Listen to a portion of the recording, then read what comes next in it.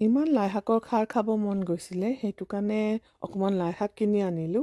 আমাৰ ইয়াত লাই শাক গোটেই 12 মাহতে পোৱা যায়। লাই শাকখিনি খুব মিহি মিহিকৈ কাটি লৈ অকণমান মচুৰ দাইল লগত বনালোঁ। তাৰ লগতে দি দিছোঁ খোৱা ছ'ডা। আৰু এই লাই শাকৰ খাৰৰ ৰেচিপি যদি আপোনালোকৰ দৰকাৰ হয় তেতিয়াহ'লে মোৰ ইউটিউব চেনেলত চাই ল'ব। এয়া ভাত অলপ বাঢ়ি লৈ আৰু তাৰ লগতে লৈ লৈছোঁ এই লাই শাকৰ খাৰখিনি। এনেতো লাই শাকৰ খাৰৰ লগত আলু পিটিকা খুব সুন্দৰ কৰি যায়। মোৰ পিছে আজি আলু খাব মন নাই কাৰণে মই বনাই লৈছোঁ অকণমান শুকান মাছৰ পিটিকা। আৰু এই বমলা মাছখিনি জুইত পুৰি লৈ খুব সুন্দৰ কৰি চাফা কৰি ভালকৈ থেতালি ল'ব। তাতে দি দিব অকণমান পিঁয়াজ, কেঁচা জলকীয়া, সৰু সৰুকৈ কাটি লৈছোঁ অকণমান আদা, ধনিয়া পাত, নেমু টেঙাৰ ৰস, নিমখ আৰু মিঠাতেল।